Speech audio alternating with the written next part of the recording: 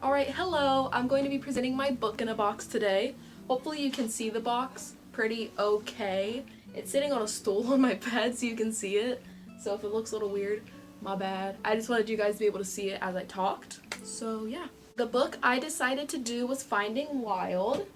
Finding Wild is about two children who set on an exploration and adventure away from their home. They leave to explore nature and find the beauty in nature and just what makes things wild. They explore all different types of places and climates such as snow, storms, hot, cold, the desert, the beaches, everything that you could think of. As the children continue to explore throughout the book, they begin to realize that you can find wild and beauty in nature everywhere, even closer than you expected. And so the whole main thing was that you could find beauty in nature in your backyard. And so the whole book is all about what is wild and how do you find it. From the children exploring all different types of climates and natures and places, that is how I got the idea for my book in a box. I went into my project knowing I wanted to do one all about nature, exploration, and adventure, and that is exactly what I got out of it. And so this book definitely paved my way of how I wanted to do the box and also how I wanted to make my lessons. My main theme for this book in a box is exploring nature. What is wild? Where can you find wild? These lesson ideas are all based around science and nature through exploration, adventure, and discovering. This book in a box is an overall nature exploration with a small end focus on flowers, and I hope you enjoy it. Before I get into my lessons, I want to first show you my box and how I made it. I of course took inspiration from the kids in the story exploring different climates, and so that's what I decided to do. Hopefully you can see it okay. So this side of course has the title Finding Wild, and then for every side I wanted there to be a tactile experience so you can actually feel what's on the box. And so for this side it's supposed to be the jungle or the forest, whatever it might be, and I actually there's little moss on here and there's sticks and grass and leaves just because I wanted it to be a little bit realistic and bring in nature to the inside. And then this side, which is my personal favorite, this is the desert. As you can see, it's a little difficult to tell, but there is sand here. It ended up not matching the paint, but that's okay. And so then you can feel the sand on the box. And then this side is the beach. It's a stereotypical beach. And then on here I glued little seashells. And then up here I put some cotton balls to mimic the clouds. And then this side is supposed to represent the Arctic. I didn't put a lot of ice for obvious reasons. And then I put cracks and just a little bit of cotton balls just to mimic some snow. And then on top of my box, it's gonna be a little difficult to see, I put the picture of the book, Finding Wild by Megan Wagner Lloyd. And my little 5-year-old cousin actually helped me paint the background. He said he wanted it to look like animal scratches or animal prints, animal markings, and so that's what it is, I guess. Also, before I move on, I do want to mention the age level that this book and lessons are all for, and that is for first grade. So I got all of my standards and all of my ideas for first grade. I decided to get my iPad just so I can look off the lesson so I don't forget anything. But I figured I wouldn't show my teaching web just because there's a ton of ideas to go through. So I'm just going to be sharing the 4 lessons I did. So my first lesson I did was a language arts and movement activity. This lesson involves a nature walk using an observation journal. So the whole class would go outside on a nature walk like usual, but the one thing different is that they would have a journal. So they would just journal down whatever they saw. They could write pictures, but the one thing they had to do was at least write just one sentence involving what they saw outside. And then after the class all had their nature walk and everybody did their observations, we went around, talked outside about what we were seeing. We would then come back into the classroom, and during whole group time we would all get to share one thing that we saw outside.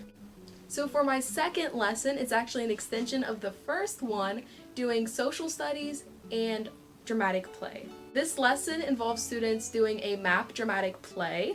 The purpose of this lesson is for the children to increase their abstract thinking and creative thinking skills by using their handmade maps to then go outside and play with them.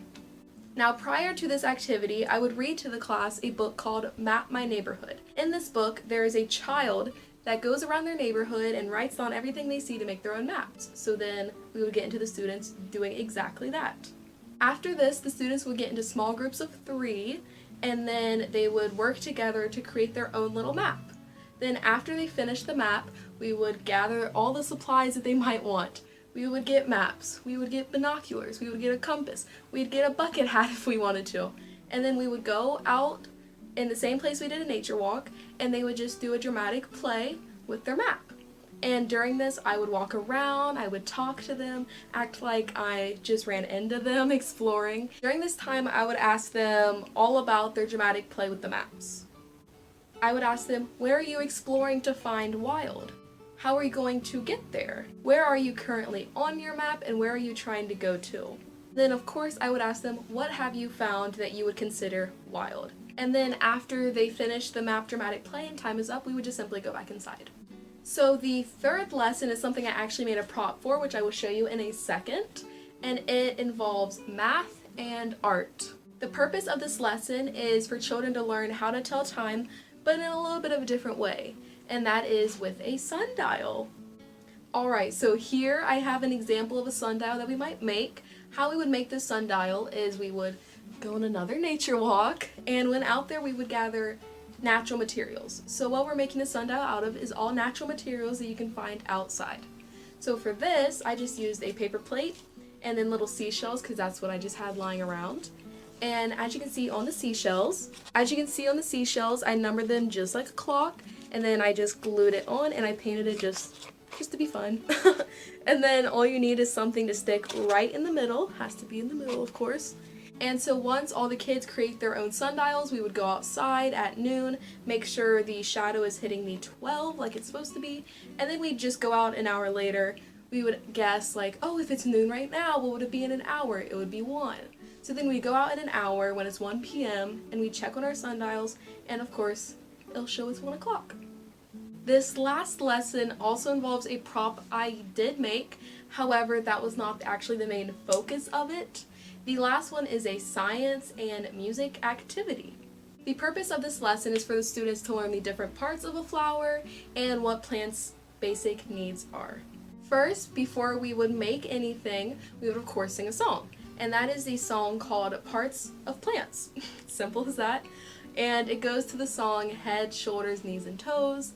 And so we could get up and we would have movements to go along with it while we sing the song. Now in this song, the students would find the 4 different parts of a flower, but instead of just singing it and talking about it that way, I then figured it would be good to have them make a visual of what they sing about, and that is with a foldable. Okay, so after they of course have already sang the song, we would then make this foldable right here. Hopefully you can see the foldable okay. This is the foldable we would make. They would just draw a flower of their choice, as long as it of course included the roots, the stem, leaves, and a flower.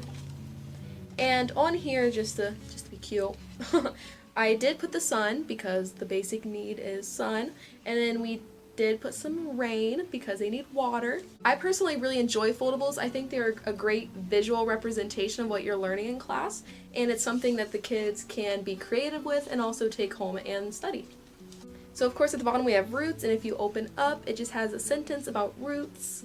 Then we have the stem, leaf, and flowers.